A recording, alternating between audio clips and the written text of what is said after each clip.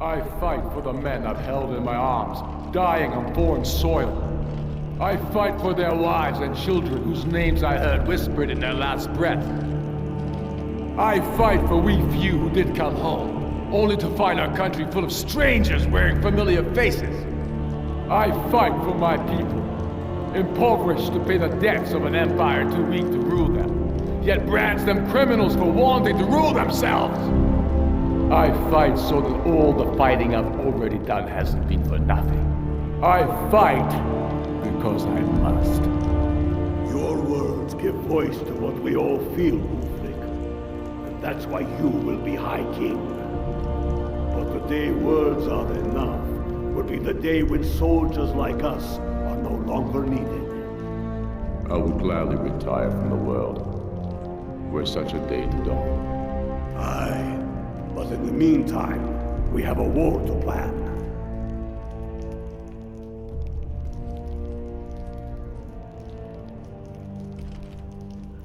Well, Jarl, they were fine words indeed. Yes, make it quick. I'm a busy man. Well, yes, sir. Ulfric, I know you only barely recognize me, but I did have a question that I really had to ask you. I fear that it's a little impertinent, but people say that you shouted High King Torygg to death. Not entirely true, though not entirely false either. Any Nord can learn the way of the voice by studying with the Greybeards, given enough ambition and dedication. My shouting Torygg to the ground proved he had neither. However, it was my sword piercing his heart that killed him. But why? Why kill Torygg? I killed Torygg to prove our wretched condition. How is the High King supposed to be the defender of Skyrim if he can't even defend himself? Well, some may call you a murderer. I challenged him in the traditional way, and he accepted. There were many witnesses. No murder was committed. True, he didn't stand a chance against me. But that was precisely the point. He was a puppet king of the Empire, not a High King of Skyrim. His father before him, perhaps, but not Torygg.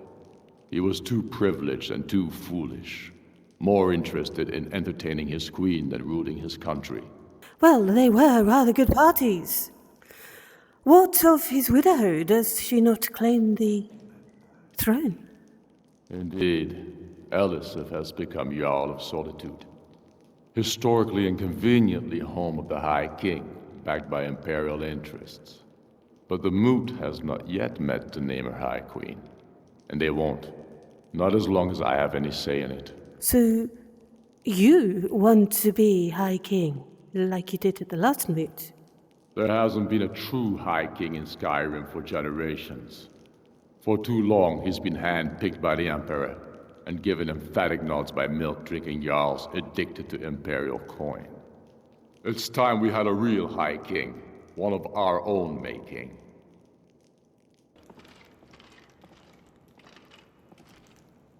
I find I am uneasy, Lydia. Well, Ulfric didn't remember me, but hardly surprising I'd only met him once. He came to a party at Falkreath once. He didn't stay very long. Lydia, I wonder, in which situation would Skyrim be under the Thalmor more? Without Ulfric as High King? Or with? Raise up strong, noble thanes and lay low false Good to see you again. Hello.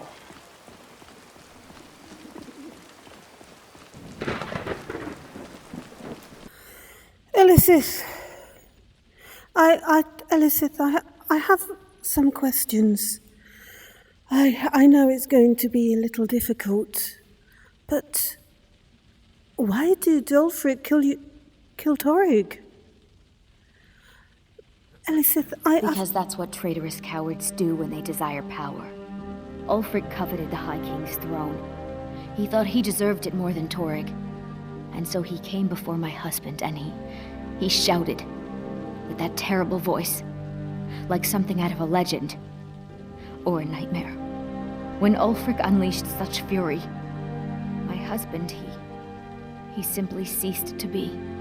That is all I will say, for it grieves me to speak of it. Yes, from what I hear, it is power that Ulfric wants. I believe that's why he went to the Greybeards as a youngster, for the power he thought that they held. But, Elisif, the Imperials, do you trust General Tullius? A question I am all too familiar with. One my very Thanes ask often. They worry that Tullius is so focused on the war that he risks forgetting what's best for our people. The real irony is that, while General Tullius is certainly no Nord, the people of Skyrim would be lost without him. Trust is always difficult, especially for my people. Yet we must trust in Tullius's leadership. For what other choice do we have? Indeed, the other choice would be Ulfric, and that would mean the full force of the Empire. And the Thalmor, of whom we have too many here already. You forget, Elisif, that I am Lord as well. It looks like Ulfric is about to start something that no one wants. I think I should talk to General Tullius.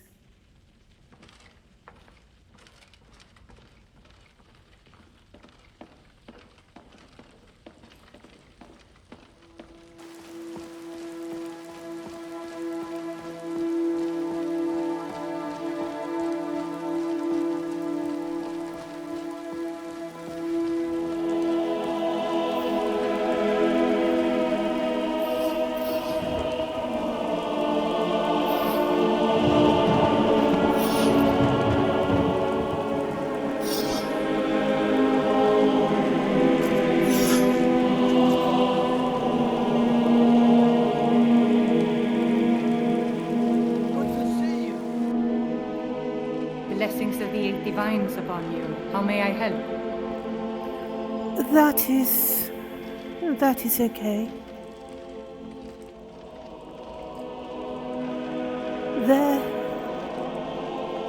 Remind us of our place, don't forget. Should of course be 9. Carry us through our daily trials. Let us walk in the steps of the divines. As High Priest of the Eight Divines, I bid you welcome. And what of the 9th? What of the 9th? What of Talos, who was the first true emperor? Wander no more, for you are among friends here, and safe.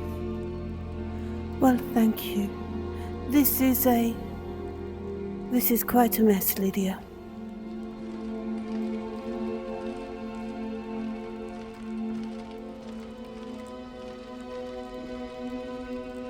Remind us of our place when we forget. You should see when you get bored, stranger. Come on now. I want those arrows dead center. Not.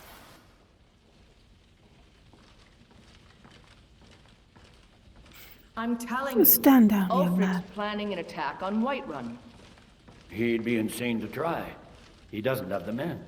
That's not what my scouts report, sir. Every day more join his cause. Riften, Dawnstar, and Winterhold support him. It's not a cause. It's a rebellion.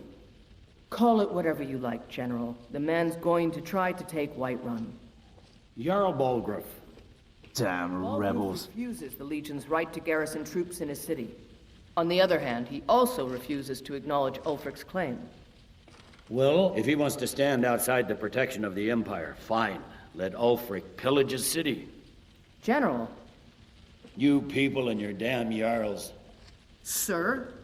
You can't force a Nord to accept help he hasn't asked for. If Ulfric's making a move for Whiterun, then we need to be there to stop him.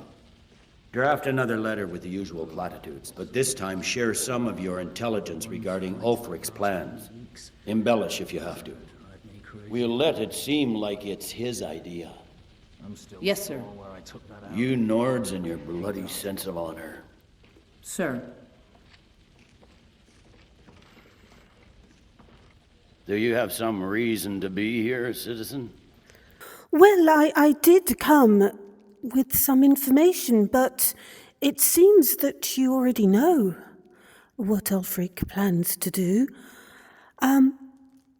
I would like to offer my help as a loyal Nord and the Dragonborn to do anything that I can to try to stop this civil war. I've got a good feeling about you, and I don't often get good feelings about anything. A warrior knows to trust her gut. I'm not going to go through the normal process with you. I've got a little test lined up. Pass that, and we'll talk about you joining the Legion. Well, I don't know about actually joining the Legion, but if there's something I can do to help, I'm sure I can handle anything that you can throw at me. Is that confidence or bravado? Confidence I can use. Bravado gets soldiers killed. We'll soon find out. I'm sending you to clear out Fort Hraggstad. If you survive, you'll pass. We bring honor to this land. If you die, then I'll have no further use for your corpse. So what's at Fort Hraggstad? Why is it important? The ancients built many of the fortresses that dot the landscape of Skyrim.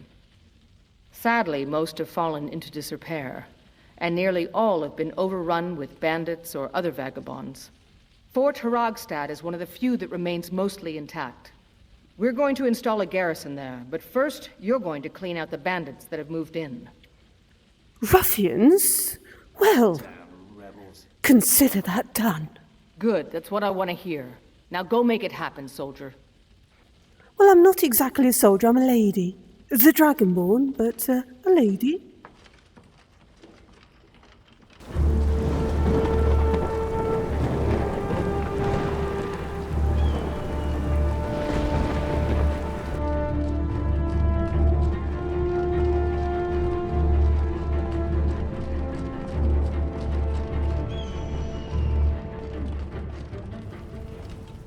Well, Lydia, the fact that the sun has come out, I will take as a sign from the gods that I am doing the right thing after all.